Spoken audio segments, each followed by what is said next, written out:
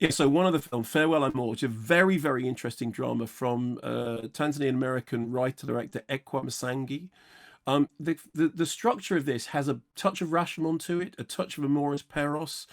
What happens is we start with a Richard Curtis moment, a family being reunited at an airport. Walter has been living in America, in Brooklyn, for many years. He's now joined by his wife and daughter. They were separated by the civil war in Angola. Walter and Esther met there as students.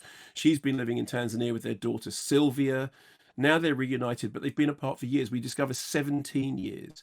Walter has been living his own life, having his own relationships. We first see the story from his point of view. We see Esther arriving as a woman who he hardly knows anymore. She's become deeply religious. She's against drinking, which Walter likes to do. She's against dancing, which it turns out their daughter likes. Then the story flips back and we see the same events play out from the point of view of other characters. We learn about their daughter's experience, that she too loves dance, that she has a life outside of the life imagined by her mother. And we see the world through her mother's eyes, someone who was taken in and supported by a church at a time when she needed support, and whose passion for the church and for her religion has grown. So she is, almost as if she is married to the church rather than to her husband.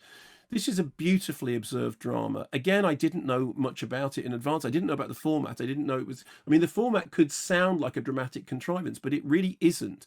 That, revisiting from different angles works really well. The other thing that's important is that dance is a very big part of the narrative. And in many ways, the film itself is a kind of dance. It dances around the time structure. It dances around the characters and the perspectives. And it does indeed become a film about dance, quite literally, mate, because there is actually a kind of dance-off involved in it. And I was put in mind of how much the ending of I'm Thinking of Ending Things, the Charlie Kaufman film, which broke into dance and absolutely didn't work. And I couldn't figure out why, because I keep saying that I think that dance is almost the highest art form. I wish I understood it better.